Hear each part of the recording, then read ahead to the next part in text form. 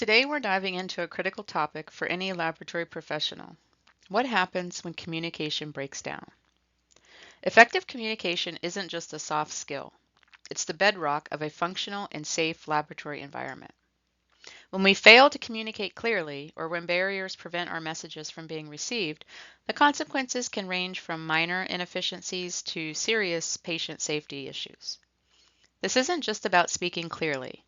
It's about understanding the complex dynamics that can derail even the best intentions. We'll explore how these breakdowns occur and, more importantly, how to prevent them.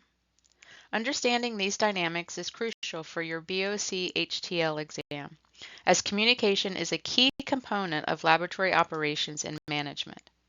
Let's start by defining what we mean by a communication barrier. So, what exactly is a communication barrier? Simply put, it's anything that prevents full engagement in the communication process. Think of it as static on a radio signal. The message is sent, but it's not received clearly. We often categorize these barriers into several types: verbal, nonverbal, environmental, language, cultural, emotional, personal, and motivational. For example, using jargon with someone new to the field or scrolling through your phone during a conversation creates a barrier. Even the hum of laboratory equipment can be an environmental barrier. These aren't just theoretical concepts. They're daily challenges you'll face in the lab. Recognizing these different types of barriers is the first step toward overcoming them. And overcoming them is essential for maintaining a professional and productive workplace. But remember, navigating these barriers requires a delicate balance, especially when it comes to personal interactions. This brings us to a crucial point. Empathy and professionalism must coexist, but the line between them is incredibly thin. As future lab managers, you'll need to be empathetic to your team's needs, but you must also maintain professional boundaries. These boundaries are the limits that protect everyone from overcommitment, misuse, or unethical behavior. The key test here is simple. Is this affecting job performance or causing discomfort? If the answer is yes, then it's time to refer to HR. Crossing the line can involve anything from inappropriate touching to sharing intimate personal information or even discussing personal finances. These actions erode trust and create an unprofessional environment. Understanding and upholding these boundaries is not just good practice, it's a critical management skill that directly impacts team dynamics and ultimately patient care.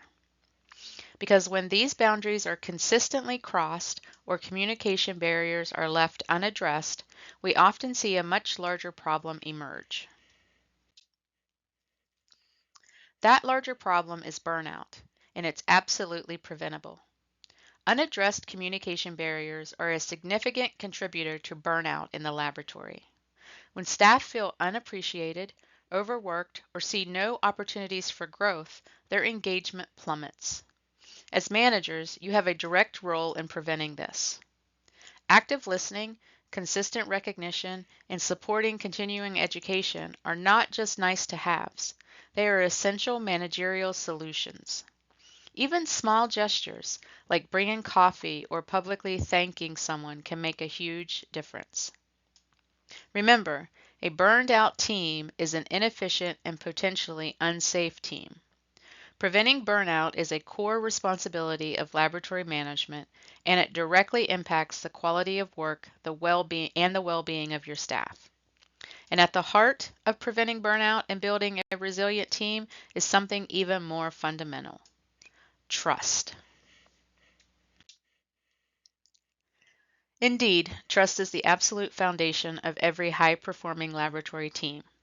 Without it, interpersonal relationships suffer, and so does productivity, efficiency, and ultimately patient care. Building trust involves three key character traits: transparency, vulnerability, and humility. Transparency isn't about sharing everything. It's about sharing the right information and explaining the reasoning behind decisions.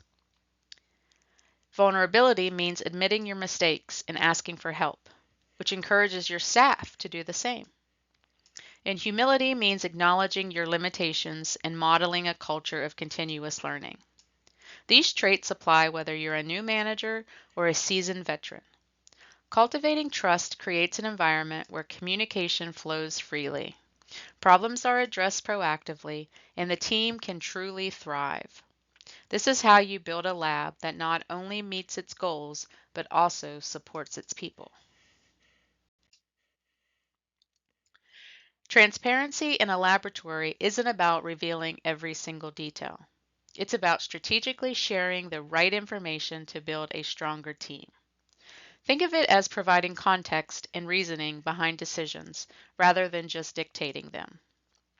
This approach fosters trust and engagement, which are critical for a high-performing lab. For example, when you involve your staff in the decision-making process for a new analyzer, you're not just getting their input, you're showing them their opinions matter. This kind of transparency deepens conversations and leads to more constructive outcomes. It's a key aspect of effective leadership, and it's something the BOC HTL exam often touches upon in scenarios involving team dynamics and communication. And this leads us to another crucial leadership trait: vulnerability. Building on the idea of transparency, the most effective managers also embrace vulnerability and humility. It takes courage to admit when you've made a mistake or to ask for help, but doing so models a learning culture and shows your team that it's okay not to have all the answers. When you're vulnerable, you create space for your staff to be creative and to take ownership. Humility means recognizing your own limits and being willing to let others lead when their expertise is greater. A University of South Australia study actually found that humility boosts trust and goodwill, significantly improving the workplace climate. This kind of leadership fosters an environment where everyone feels valued and empowered. But what happens when things go wrong and an employee feels unfairly treated? Well, that's where understanding grievances comes in. When an employee has a formal complaint, we call that a grievance, and it demands a formal response. This isn't just about being fair, it's about following established protocols and often involves human resources. As a manager, you need to understand that a grievance isn't just an emotional outburst. It's a structured process designed to address perceived unfair treatment. Consider the example of an employee complaining about a loud centrifuge. Even if the equipment meets legal limits, a good manager takes the complaint seriously, investigates, and works with the employee to find a solution, like providing noise protection. This proactive approach builds trust and shows your team that their concerns are heard and acted upon. Ignoring grievances or handling them informally can escalate issues and erode trust, which is the opposite of what we want.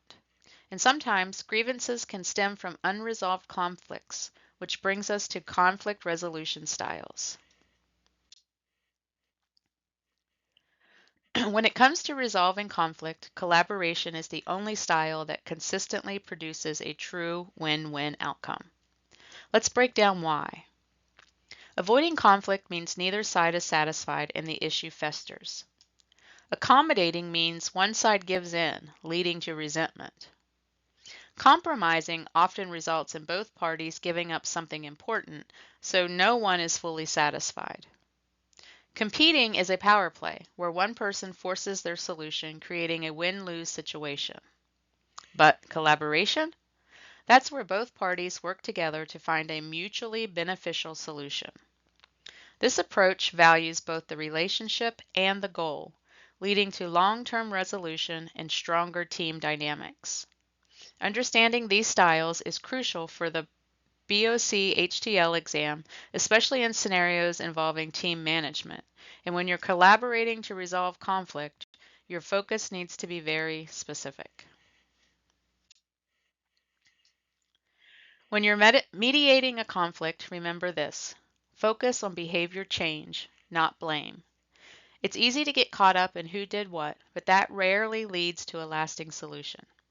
Instead, define the issue clearly, giving everyone ample time to speak and feel heard.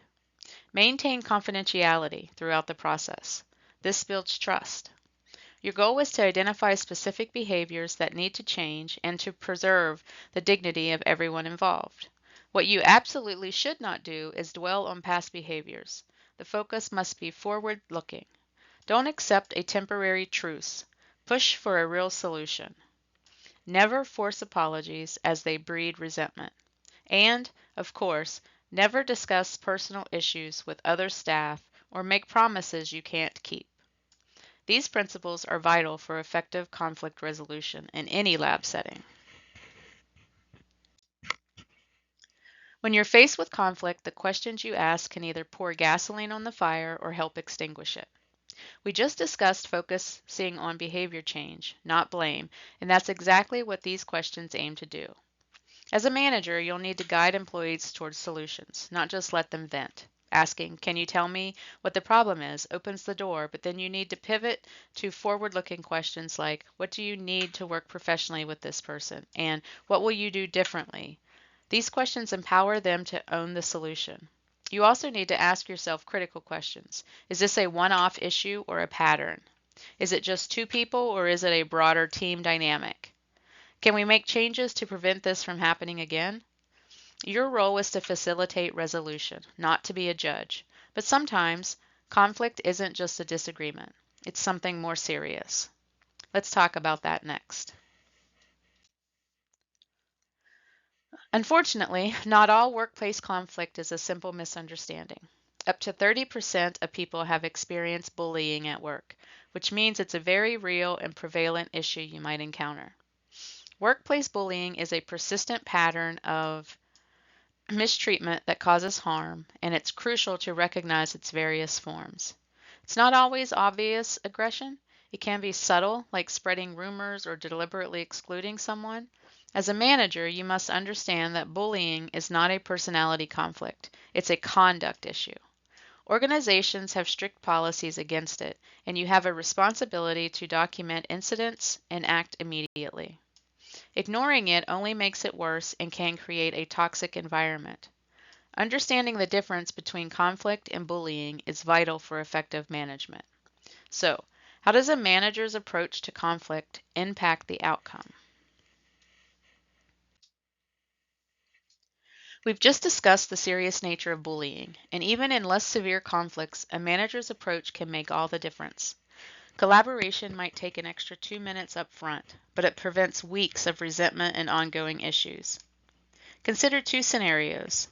The manager who avoids the conflict saying, "Sounds like something you two need to work out." This approach leads to escalating hostility because no resolution or guidance is offered. Then there's the collaborative manager who says, "Let's talk about it and come to a resolution we can all agree on." This manager facilitates discussion, helps employees find common ground, and empowers them to create their own solution. The collaborative advantage is clear. When employees own the solution, they're far more likely to stick to it. Forcing a fix creates resentment, but facilitating one builds teamwork and trust. This ability to navigate interpersonal dynamics is a critical skill, and it's directly tested on your certification exam. This brings us to a crucial point. Conflict resolution and interpersonal relationships are not just soft skills. They are directly tested on the BOC-HTL exam. The exam assesses your ability to navigate communication barriers, build trust, and resolve conflicts professionally. You'll need to understand key terms like active listening, professional boundaries, transparency, and grievance procedures. These aren't just academic concepts. They are practical tools you'll use every day in the lab. Mastering these areas will not only help you pass the exam, but also prepare you for real-world challenges as a histotechnology leader. Next up, we'll dive deeper into what happens when conflict becomes systemic, exploring microaggressions, toxic workplaces, and the formal disciplinary process. See you then.